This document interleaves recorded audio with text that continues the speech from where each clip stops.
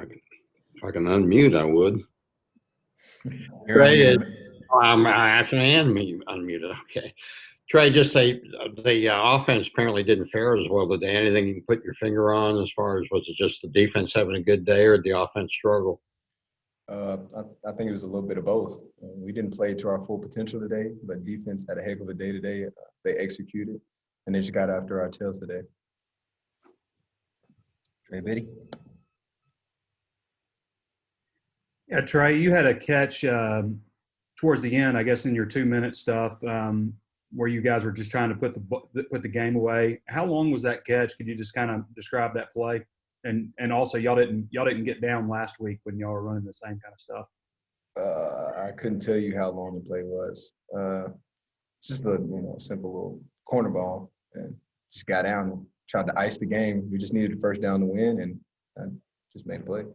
It was a great ball Felipe threw, and the O-line protected it perfectly, and we just made a play. About 40 yards, Trey, if you're looking to put that in there. Hutch. I didn't know for real. Trey, you mentioned Felipe threw that ball. What have been your impressions with him so far in camp, and how do you feel like that chemistry is going between you and him?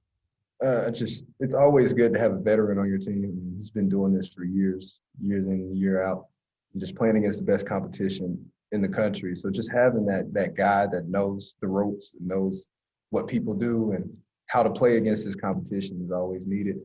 And just a big arm, smart guy, cerebral guy. He knows what he's doing, doesn't mess up that much that I've seen. Just big arm. He likes to push the ball down the field, and he can make plays with his legs too. Trey, I'm doing a big picture thing here. And since Sam got the job, 3 months later, COVID hits. You guys didn't have spring ball.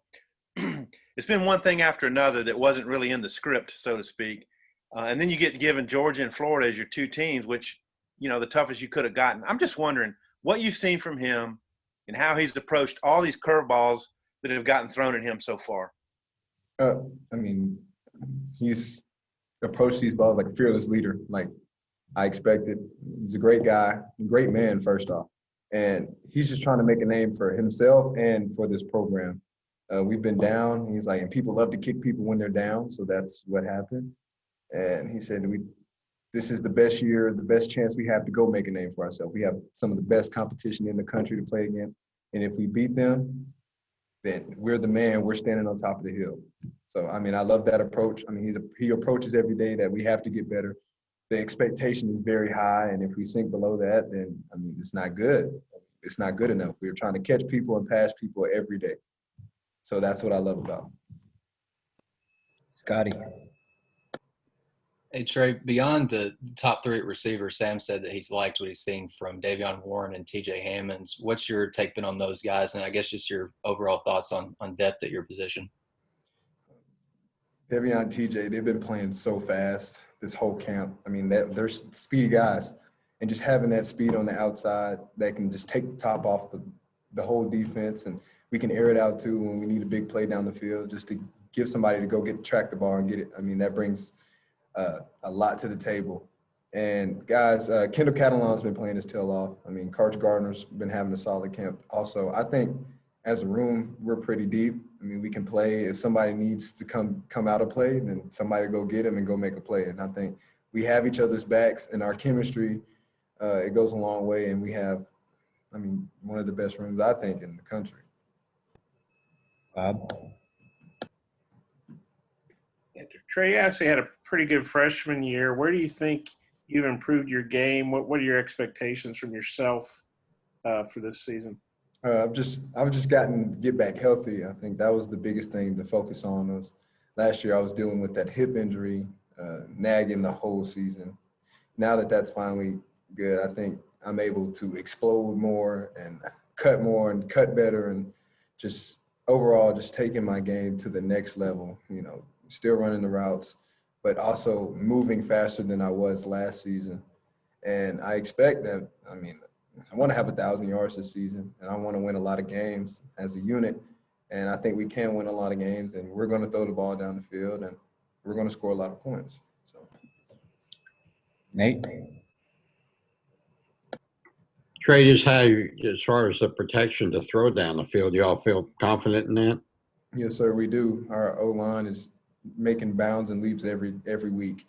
We're getting better every practice, and I think we have, some of the best O-line coaches in the nation. As you can see, Coach Pittman and Coach Davis, they're getting our boys right, and I think we're going to be able to win with our front five. Hey, Biddy.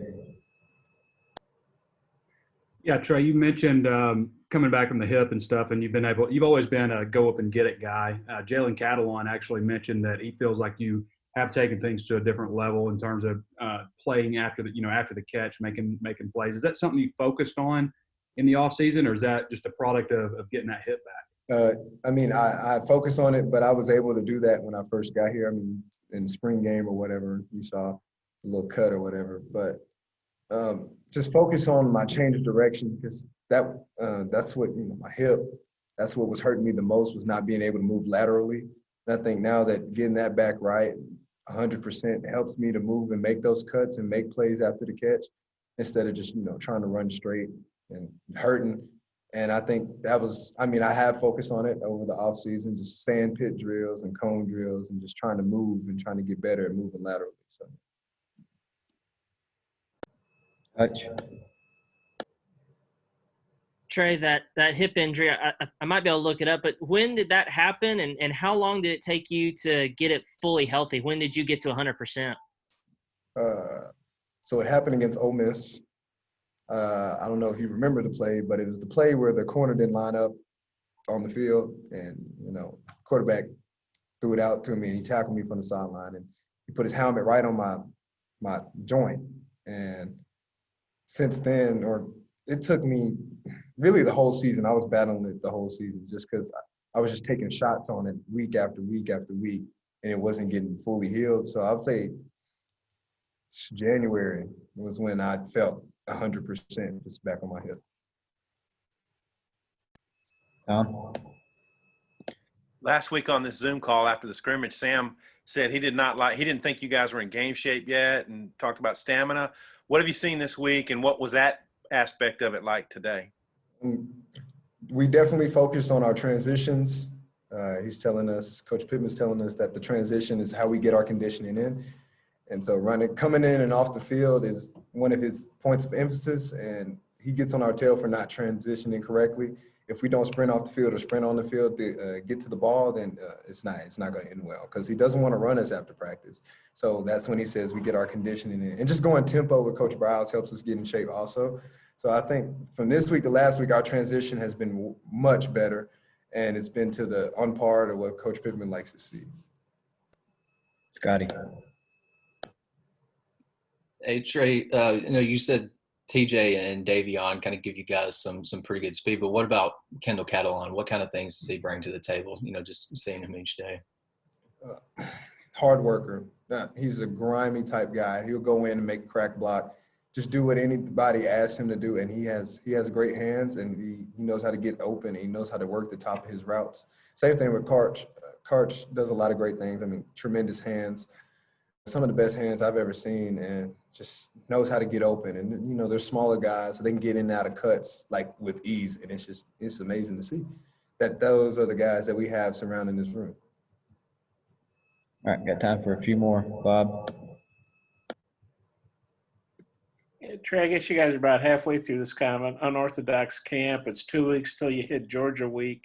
Just kind of where are you guys at mentally and physically with everything, would you say? I feel like the team's morale is high. We just want to go play at the end of the day.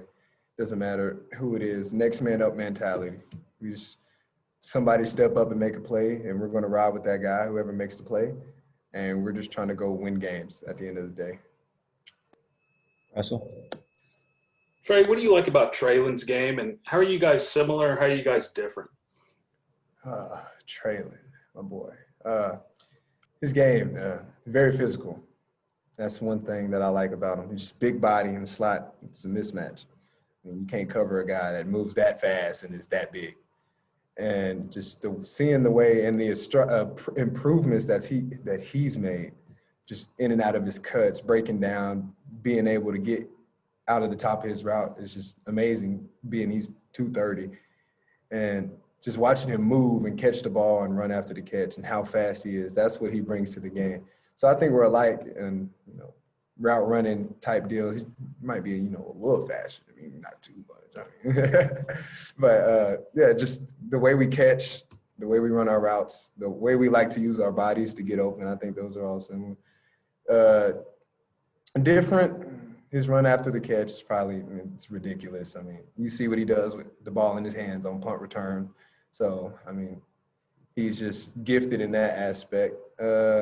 I'm more of a head ball type guy in the red zone. He's more of a, get over type middle, catch the open ball, touchdown. So I think that's how we're different. But, I mean, that's what makes us our room elite, because we have so many guys that can do different things.